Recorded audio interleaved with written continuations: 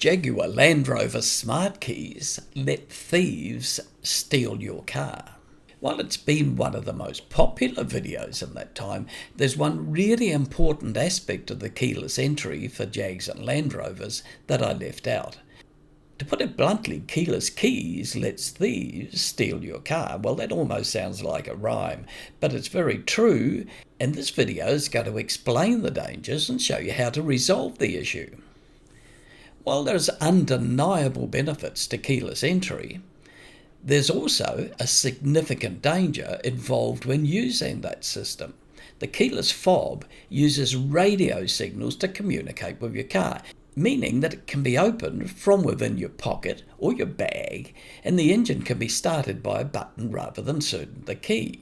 This adds convenience if your keys are buried or it's raining or you've got your hands full. But because the key fob only needs to be close to the car to open it, thieves are able to tap into those radio signals, record the signals, and then access your car at any time and drive it away.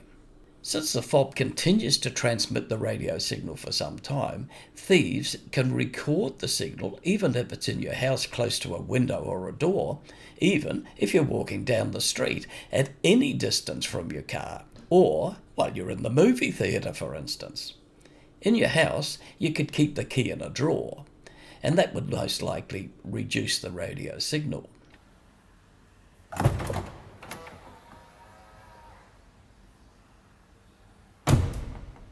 How do you protect your keys when you're out? Or also, you can do this in your house. The simple answer is a Faraday pouch.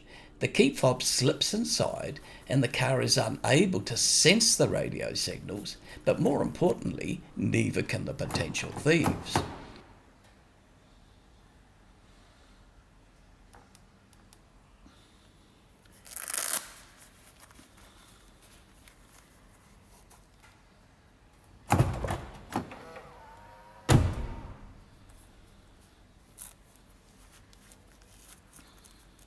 Where do you get a pouch and how much are they?